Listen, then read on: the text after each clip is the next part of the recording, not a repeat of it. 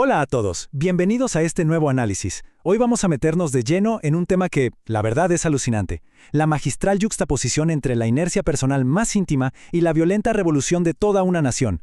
A través de este recorrido visual, vamos a desempacar cómo el letargo absoluto de una sola persona puede existir exactamente en el mismo instante y en el mismo país en el que un gobierno entero se desmorona bajo el peso del caos político. Es un contraste brillante, así que, comencemos. Para entender cómo llegamos a la explosión de la capital, hay que empezar por un evento súper insospechado. Imagínense esto. Es 1957. El lanzamiento de una perra espacial rusa desata una reacción en el tío Rupert que provoca una disputa familiar tan amarga pero tan exhaustiva que rompe con la paz de 30 años de matrimonio. Esta pelea épica que dejó relojes cucú destrozados y un ambiente insoportable en la casa fue irónicamente el catalizador que empujó a nuestro observador principal, el joven Rolf Carlé, a huir. Llegó a la ciudad buscando refugio justo en el preciso instante en que la nación entera estaba a punto de estallar. Nuestra hoja de ruta de hoy es muy clara. Primero, la melancolía de Zulema. Segundo, la caída del dictador. Tercero, Rolf Carlé como el observador. Cuarto, la nueva realidad democrática. Quinto, de pandillero a guerrillero. Y sexto, la cruda realidad del combate. Vamos a darle.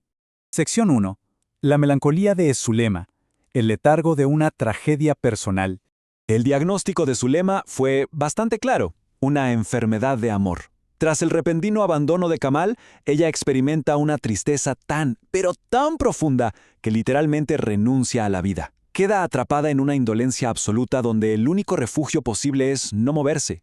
Incluso su piel adopta un color sepia, como si fuera un retrato viejo. Y al mismo tiempo, es crucial observar la reacción de su marido, Riad Halabi. Él adivina la infidelidad, pero elige la compasión y decide ignorar la situación de forma activa. Sabe perfectamente que aceptar la verdad lo obligaría a aplicar la brutal venganza tradicional de sus antepasados y prefiere callar antes que derramar una sola gota de sangre. Y miren, no es por falta de intentos. Todo el pueblo de Agua Santa intenta intervenir. Le llevan infusiones de ruda, jarabes para los atónitos, pastillas de vitaminas, calditos de ave, incluso los rituales de una guajira que lee el humo del tabaco. Pero nada funciona. La inercia de Zulema es tan absoluta que ni la ciencia ni la magia popular logran sacarla de ese encierro interior. Es un retiro total. Sección 2. La caída del dictador. Una explosión violenta a nivel nacional. Ahora, cambiemos de marcha violentamente. Fíjense bien en este número: 80%. Ese fue el margen de victoria en un plebiscito convocado por el general para perpetuarse en el poder. Pero resultó ser una cifra tan absurdamente alta, un fraude tan evidente, que logró el efecto contrario. Fue exactamente este número el que transformó al general de un tirano sumamente temido a un simple chiste a los ojos de la nación. Aquí hay una observación brillante del señor Aravena que da justo en el clavo. Es fascinante analizar cómo el odio y el miedo son las herramientas clásicas que sostienen a los regímenes. Pero, ¿la burla?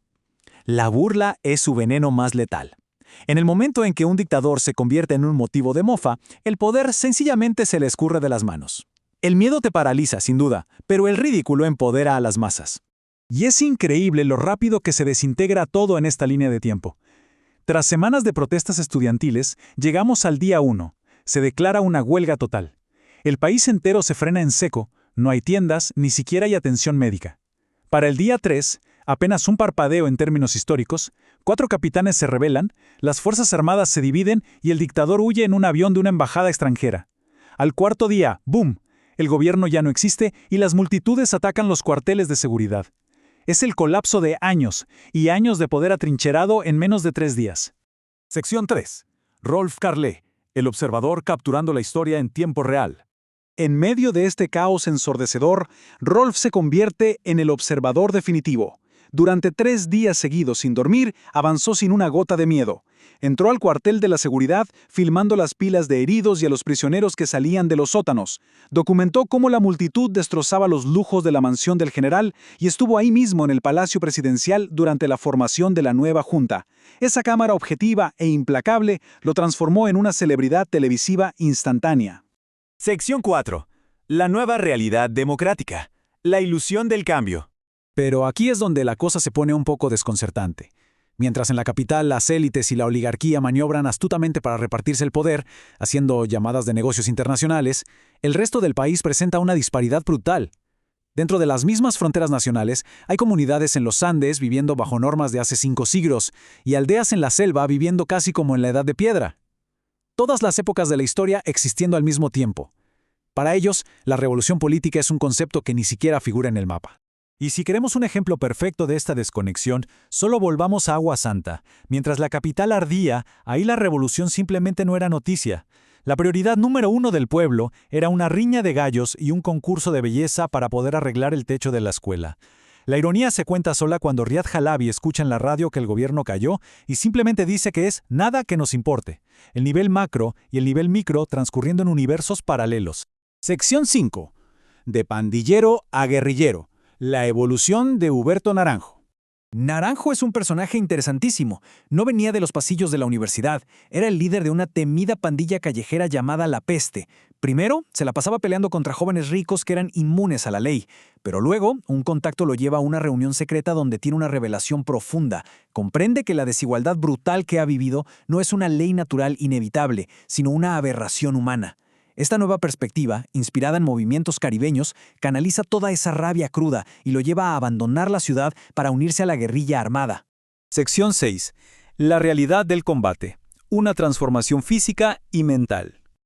Hay que dejar de lado cualquier visión romántica aquí, porque el combate guerrillero exige un peaje físico agonizante. Hablamos de marchas forzadas cargando 30 kilos de equipo, manos llenas de ampollas que parecen globos de agua, un hambre y una sed paralizantes y la plaga interminable de mosquitos. Y lo peor de todo, el silencio absoluto.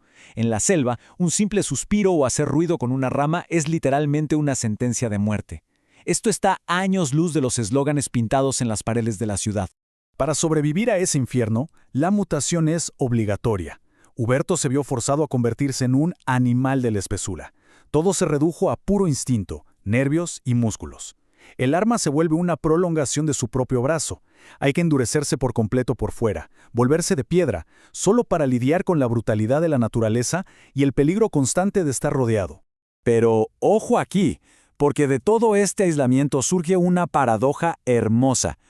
Detrás de esa coraza endurecida, Naranjo descubre algo que jamás había sentido en su vida en las calles: la compasión.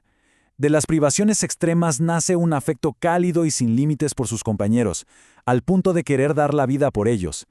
Esa rabia callejera inicial se transformó por completo en un propósito sólido, anclado en un amor profundo por los demás. Entonces, para cerrar esta exploración, vale la pena hacernos esta pregunta.